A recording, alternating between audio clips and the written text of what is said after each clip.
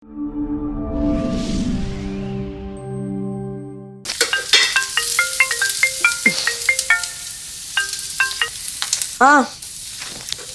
എന്തുണ്ട് വിശേഷം? ആ ഞാൻ അറിഞ്ഞു. അതിലൊക്കെ വല്ല കാര്യമുണ്ടോ? പഞ്ചായത്ത് പ്രസിഡന്റ് ഇപ്പൊ ഇതാണോ പണി? അവരുടെ കാര്യം അവര് നോക്കിക്കോളും. ശരി. ആ എന്താണ് സത്യേട്ടാ, ഒരു കാര്യം അറിഞ്ഞോ? നമ്മുടെ മെമ്പർ രാജേന്ദ്രനും ഭാര്യയും കൂടെ ഡിവോഴ്സ് ചെയ്യാൻ പോണൂന്ന്. പഞ്ചായത്ത് പ്രസിഡന്റ് അതിൽ ഇടപെട്ട് മധ്യസ്ഥ വഹിക്കാൻ ഒരാഗ്രഹം. അല്ല, അത് നല്ല കാര്യമല്ലേ? പിരിയാൻ പോകുന്ന രണ്ടുപേരെ ഒരുമിപ്പിക്കാൻ പറ്റുമെങ്കിൽ നല്ല കാര്യമല്ലേ? എന്ത് നല്ല കാര്യം? സ്വന്തം ഇഷ്ടപ്രകാരം കല്യാണം കഴിച്ച രണ്ടുപേര് സ്വന്തം ഇഷ്ടപ്രകാരം പിരിയുന്നു. അതിനെന്തിനാ മറ്റുള്ളവരെ ഇടപെടുന്നേ? ആർച്ചേ, നമ്മൾ ഈ മനുഷ്യൻ എന്ന് പറയുന്നത് ഒരു സാമൂഹിക ജീവിയാണ്. അതുകൊണ്ട് തന്നെ സമൂഹത്തിലെ വ്യവസ്ഥകളെ നിലനിർത്തേണ്ടത് നമ്മളാണ്. അതെങ്ങനെ? നിന്നെ പോലുള്ള പരിഷ്കാരികളെല്ലാം കൂടി മൊത്തം കുളമാക്കുമല്ലേ? ഇന്നലെ തന്നെ കനകാംബരം പറഞ്ഞിട്ട് ഒരു വിവരം ഞാൻ അറിഞ്ഞു. എന്ത് വിവരം? നമ്മുടെ സ്റ്റേഷന് മുമ്പിൽ കട നടത്തുന്ന പ്രകാശന് ഒരു രാധാമണിയോട് പ്രേമമാണ്. എന്ത് തോന്നിയാസമാണ് ഈ കാണിക്കുന്നത്? അതിലെന്താ പ്രശ്നം? എന്ത് പ്രശ്നമെന്നാ? എടി, ഈ പ്രകാശൻ എന്ന് പറയണവൻ കല്യാണം കഴിഞ്ഞിട്ട് 5 കൊല്ലമായി. 2 വയസ്സുള്ളൊരു കുട്ടിയുണ്ട്. രാധാമണി കല്യാണം കഴിഞ്ഞിട്ട് 3 കൊല്ലമായി. അവർ തമ്മിലാണ് പ്രേമിക്കേണ്ടത്. അതൊക്കെ ഉണ്ടാവും സത്യേട്ടാ. മറ്റുള്ളവരുടെ കാര്യത്തിൽ സത്യേട്ടൻ എന്തിനാ ഇടപെടുന്നേ? ഞാനൊരു പോലീസുകാരനാണ്. പോലീസുകാരന്റെ പണി ഇതല്ല. രാധാമണിയുടെ ഭർത്താവിനോ പ്രകാശന്റെ ഭാര്യയ്ക്കോ ആണ് പരാതി വേണ്ടത്, അല്ലാതെ സത്യേട്ടൻ ഇതിലെന്താ കാര്യം? ഇത് ഇപ്പൊ കുഴപ്പമില്ല. കുറച്ചങ്ങോട്ട് പോയി കഴിയുമ്പോൾ പ്രകാശന്റെ ഭാര്യ അറിയും, രാധാമണിയുടെ ഭർത്താവ് അറിയും. അപ്പോഴേക്കും സംഗതി എല്ലാം വഷളാവും. പിന്നെ വാക്ക് തർക്കമാവും, കയ്യാങ്കളിയാവും, കത്തിക്കുത്താവും. അപ്പൊ പോലീസ് ഇടപെടേണ്ടി വരുമല്ലോ. അതപ്പോഴല്ലേ സത്യേട്ടാ? ആർച്ചേ, ഒരു പ്രശ്നം ഉണ്ടാവുന്നതിന് മുമ്പ് അത് തടയുന്നതാണ് സമർത്ഥനായ ഒരു പോലീസുകാരൻ. കത്തിക്കുത്ത് ഉണ്ടാവുന്നതിന് മുമ്പ് അത് തടയുന്നതല്ലേ നല്ലത്? അപ്പൊ സത്യേട്ടൻ ഒരു കാര്യം ചെയ്യേ, എല്ലാ ദിവസവും രാവിലെ ഓരോ വീട്ടിലും ചെന്ന് പ്രശ്നം എന്തെങ്കിലും ഉണ്ടോ എന്ന് ചോദിക്കേ, എന്നിട്ട് അത് പരിഹരിക്കും. വേണമെങ്കിൽ നമ്മുടെ വീടിന്റെ ഗേറ്റിന്റെ ഫ്രണ്ടിൽ ഒരു ബോർഡും തൂക്കിക്കോ, ഉപദേശിന്ന്. നിന്നെ പോലുള്ള അഹങ്കാരികളുടെ തോന്നിയാസം കൊണ്ടാണ് നാട്ടിൽ ഒരു കാര്യവും നല്ലതുപോലെ നടക്കാത്തത്. ഇവിടെ ഉള്ള സംസ്കാരം കൂടെ നശിച്ചു പോവുകയാണ്. അന്ന് ആ മൃഗം ഇവിടെ കാലുകുത്തിയ ദിവസം ഞാൻ പറഞ്ഞു, അവൻ ആള് ശരിയല്ല, അവൻ ഭൂലോക ഫ്രാഡാണ്, അവനെ വിശ്വസിക്കാൻ കൊള്ളില്ല, പെണ്ണുങ്ങളെ കാണുമ്പോൾ അവൻ്റെ ഇച്ചിരി ഇളക്കം കൂടുതലാണെന്ന്. ഇല്ലേ? ഈ പഞ്ചായത്തിലെ എല്ലാ ആണുങ്ങളെ പറ്റി സത്യേട്ടൻ ഇത് തന്നെയാ പറയാറില്ല. ഒരിക്കലുമല്ല. ഫ്രോഡുകളെ കണ്ടാൽ തിരിച്ചറിയാൻ കഴിവുള്ള ഒരു സമർത്ഥനായ പോലീസുകാരനാണ് ഞാൻ. പെണ്ണുങ്ങളെ കാണുമ്പോൾ അവൻ്റെ കൊഞ്ചലും കുഴയലും അവൻ്റെ ഒരു ഇളക്കവും എന്തൊക്കെ ആയിരുന്നു. എന്താ പ്രശ്നം? പ്രശ്നമൊന്നുമില്ല. അവൻ ഏതോ പെണ്ണുമായിട്ട് പ്രേമമൊന്നും.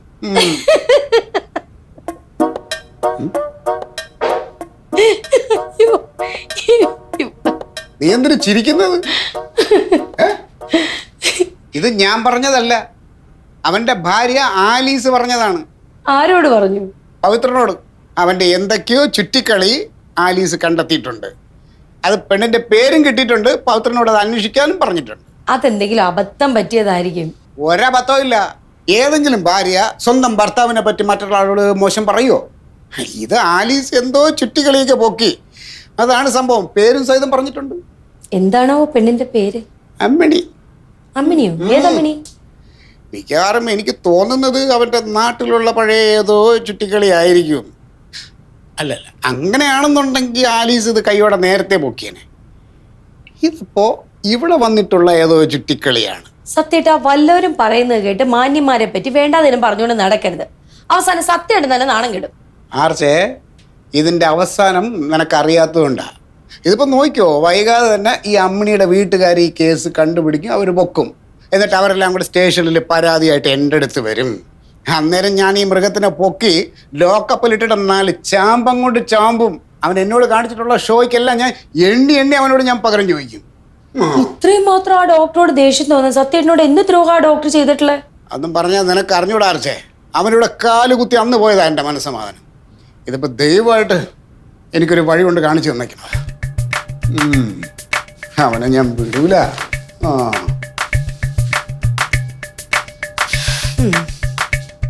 അതെ, നിനക്ക് എത്ര അമ്മണിമാരെ അറിയാം? എനിക്കൊരു അമ്മിണിമാരെ അറിയില്ല. നീ പഞ്ചായത്ത് മെമ്പറല്ലേ? അതുകൊണ്ട് നിന്റെ വാർഡിൽ എത്ര അമ്മണിമാരുണ്ടെന്ന് നിനക്കറിയില്ലേ? ഈ അമ്മണിമാരെ കണക്കെടുക്കലല്ല എന്റെ ജോലി. അല്ല പിന്നെ ഈ വോട്ടേഴ്സ് ലിസ്റ്റ് നോക്കിയാൽ അറിയാൻ പറ്റൂലേ? അല്ല, എന്തായാലും പ്രായപൂർത്തിയായ ഒരു സ്ത്രീ ആയിരിക്കുമല്ലോ, അപ്പൊ വോട്ടേഴ്സ് ലിസ്റ്റിൽ പേരുണ്ടാവുമല്ലോ. പിന്നെ ഇവന്റെ കാര്യത്തിൽ അങ്ങനെ അങ്ങോട്ട് ഉറപ്പിക്കാനും പറ്റൂല. അവനങ്ങനെ പ്രായപൂർത്തി എന്നൊന്നും നിർബന്ധമൊന്നുമില്ല. എന്റെ ചേച്ചി ഇങ്ങനെ കിടന്ന് നടന്നിട്ട് ഒരു കാര്യമില്ല. എന്തെങ്കിലും ഒരു കാര്യം തീരുമാനം ഉണ്ടാക്ക്. എനിക്കാണെങ്കിൽ ഒരു എത്തും പിടിയും കിട്ടുന്നില്ല ചാരു. അല്ല, ഈ പവിത്രൻ ചേട്ടൻ തന്ന ലിസ്റ്റിലെ ആരെങ്കിലും ഒരാളാവാനാണ് സാധ്യത. അതാ ഭർത്താവ് മരിച്ചുപോയ അമ്മിണിയാണെങ്കിലോ അവർക്ക് 3 പശുക്കളുണ്ട്.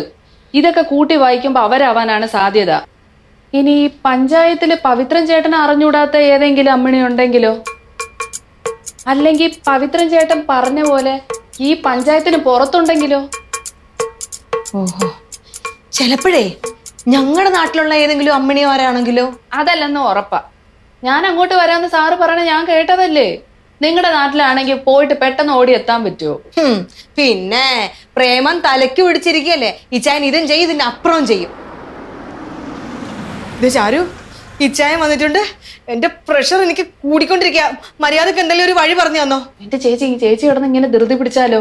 ഇതൊക്കെ സാവകാശം ആലോചിച്ച് ചെയ്യേണ്ട കാര്യങ്ങളാ. പിന്നെ സാവധാനം ചിന്തിച്ചോണ്ടിരിക്കുമ്പോഴേ ഇച്ചായൻ ആ പെണ്ണിന്റെ കൂടെ ഇറങ്ങി പൊയ്ക്കളയും. ഇനി അധികം ബുദ്ധിയായിട്ടൊന്നും ആലോചിക്കേണ്ട കാര്യമൊന്നുമില്ല. ഇച്ചായൻ വരുമ്പോ തന്നെ ഞാൻ ആ മുഖത്ത് നോക്കി ചോദിക്കും. കള്ളത്തരമാണെങ്കിലേ തിരിച്ചുള്ള മറുപടിയിൽ അറിയാൻ പറ്റും. കേട്ടല്ലോ? എന്നാ പിന്നെ ഞാൻ പൊക്കോട്ടെ.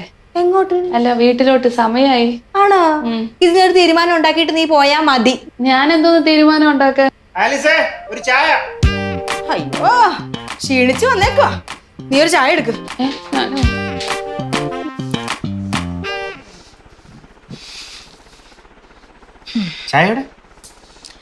ചായ കുടിക്കുന്നതിന് മുമ്പ് എനിക്ക് കുറച്ച് കാര്യങ്ങൾ അറിയാനുണ്ട്. ഞാൻ കുറച്ച് ചോദ്യങ്ങളൊക്കെ അങ്ങോട്ട് ചോദിക്കും. സത്യമല്ലാതെ തിരിച്ച് എന്നോട് ഒന്നും പറയരുത്. രാവിലത്തെ പോലീസ് അന്വേഷണം ഇതുവരെ തീർന്നില്ലേ? ഇല്ല. എന്നാ ചോദിക്കും. ഇന്ന് നേരം വെളുത്തിട്ട് ഈ ചായൻ എന്നോട് എത്ര നുണ പറഞ്ഞിട്ടുണ്ട്? ഞാനോ? ഇന്നോ? ഉത്തരം പറയാനല്ലേ ഈ ചായ പറഞ്ഞത്. ഇന്ന് നേരം വെളുത്തിട്ട് ഈ ചായൻ എന്നോട് എത്ര നുണ പറഞ്ഞിട്ടുണ്ട്? എന്റെ ഓർമ്മയിൽ ഒരു നുണയും ഞാൻ പറഞ്ഞു. ഇച്ചായ, ഇച്ചാൻ എന്നെ പറ്റിയിട്ട് എന്താ കരുതിയത്? ഞാൻ അറിയാതെ എന്തെങ്കിലും ഒപ്പിച്ചു കഴിഞ്ഞാൽ ഒരിക്കലും ഞാൻ അറിയത്തില്ലെന്ന് വിചാരിച്ചോ? അന്യ നാടല്ലേ, ഇവിടെ വന്ന് എന്ത് വേണേലും കാണിക്കാം, ഞാൻ വീട്ടില് വെറുതെ ഇരിക്കല്ലേ എന്നൊക്കെ അല്ലായിരുന്ന ഇച്ചാന്റെ ഒരു ധാരണ. പക്ഷെ അത് തെറ്റിപ്പോയി.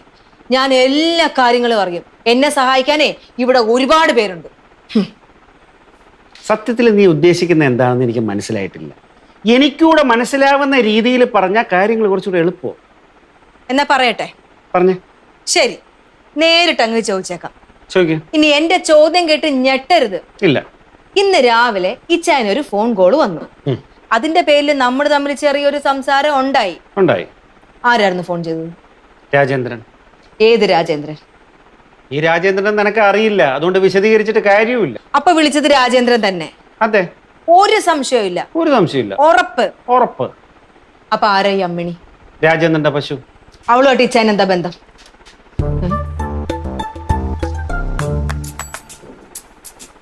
അമ്മിണി ആരാന്ന് പറഞ്ഞു?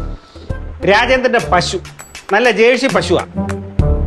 2-3 ദിവസമായിട്ട് അതിന് കുറച്ച് ദീനം ഉണ്ടായിരുന്നു. അപ്പൊ ഞാൻ രാജേന്ദ്രന്റെ വീട്ടിൽ പോയി അതിന് മരുന്നും കൊടുത്തിട്ടാ വന്നത്. അതാണ് ഞാനും അമ്മിണിയായിട്ടുള്ള ബന്ധം. അല്ല, പിന്നെ ഇച്ചായൻ അമ്മിണിയുമായിട്ട് ഫോണിൽ സംസാരിച്ചെന്ന് പറഞ്ഞല്ലോ. സംസാരശേഷിയുള്ള പശുക്കൾ ഉണ്ടോന്ന് എനിക്കറിയില്ല. അമ്മിണി സംസാരിക്കും. പിന്നെ ഇച്ചായന് അമ്മിണിനെ ഭയങ്കര ഇഷ്ടാന്ന് പറഞ്ഞല്ലോ. എല്ലാ മൃഗങ്ങളോടും എനിക്ക് ഇഷ്ടമാണ്. അല്ല, പിന്നെ ഈ അമ്മിണിയുടെ കാര്യങ്ങളൊക്കെ ഇച്ചായൻ നോക്കിക്കോളാന്ന് പറഞ്ഞില്ലേ? മൃഗ ഡോക്ടർ എന്ന രീതിയിൽ എന്റെ ജോലിയാണത്. ചോദ്യങ്ങളൊക്കെ കഴിഞ്ഞോ? ഏറെക്കുറെ. എന്റെ പൊന്നുമക്കളടുത്ത് ഞാനൊരു കാര്യം ചോദിക്കട്ടെ? രാവിലെ ഞാൻ ഫോൺ ചെയ്യുന്നത് നീ നേരിട്ട് കേട്ടായിരുന്നു? ഞാൻ കേട്ടില്ല, ചാരു കേട്ടായിരുന്നു. ഇപ്പൊ സംഗതി ഏതാണ്ട് മനസ്സിലായി. ആലിസ, നിന്നോട് ഞാൻ ഒരു 100 വട്ടം പറഞ്ഞിട്ടുണ്ട്, വേറെ ആരെങ്കിലും പറയുന്ന കേട്ട് എന്തെങ്കിലും ഒരു ധാരണയിലെത്തല്ലേ സ്വബുദ്ധിയോടുകൂടി ആലോചിക്കണമെന്ന് പറഞ്ഞിട്ടുണ്ടോ?